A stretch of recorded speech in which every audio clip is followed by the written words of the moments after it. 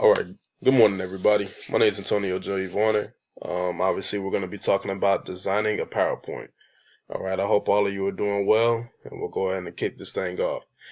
So, as you see, the topic of discussion today is going to be designing a PowerPoint. So, I'll be going through a couple of features on these slides to show you and demonstrate to you how exactly a PowerPoint is supposed to be exemplified. Okay.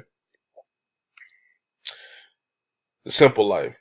So what does that mean? Keeping things simple. You want to make sure that you facilitate yourself and try to delegate the audience while you're going through these slides. You want to make sure that the PowerPoint isn't going extraordinary or extravagant or too far out for the audience to actually understand. You want to make sure that you specifically try to get those slides based on the topic of discussion and want to make sure that you're going to be able to speak on it intelligently and also make sure that you're going to explain simple facts on how to actually go about doing a PowerPoint in the topic of discussion. This is only a distraction. Simply put it as that. The reason I have this warning sign up here is because people have a tendency to put a lot of slides and implement a lot of videos that kind of get off characteristics of the topic of discussion. And those are also identified as distractions. So, how do we get away from that?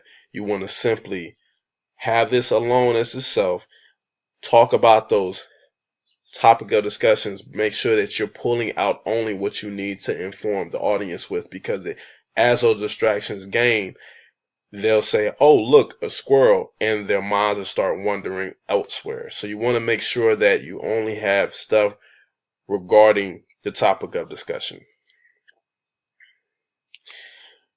As I brought up before, you want to make sure that you don't add more than you need to. So you want to limit those bullet points as well as the messages.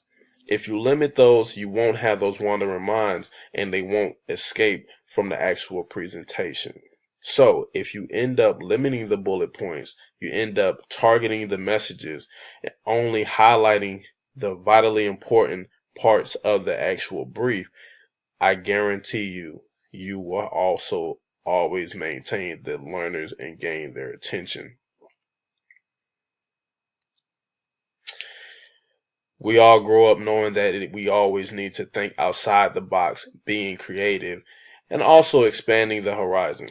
You want to make sure that if you're going to gain the subject's attention, you want to make sure that you do something that relates to the crowd. Try to think outside that box. Try to implement something that's going to be, whether it be a video or a photo, just make sure that you limit those to the situation where people won't actually have wandering minds.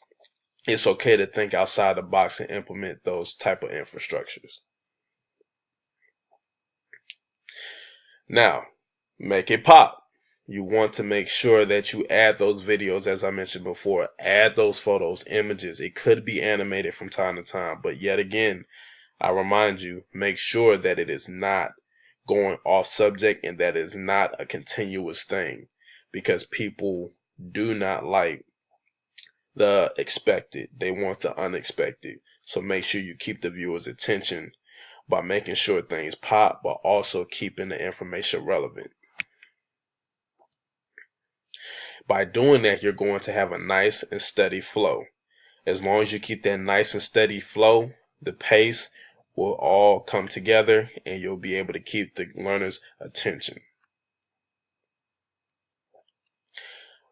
You also want to make sure you have a supporting cast. Just as such, statistics, graphs, charts, etc. You want to make sure you keep a supporting information to back up your thesis on the presentation as well as the information. And finally, you want to make sure that keeping those people attended and interested into your actual presentation, you want to make sure that you gain them by either getting something cognitive where people can relate to. As I mentioned before, you can have a video, you can have a couple photos to relate to the audience. Just make sure that you're not going overboard with it. Okay? And that does it for me.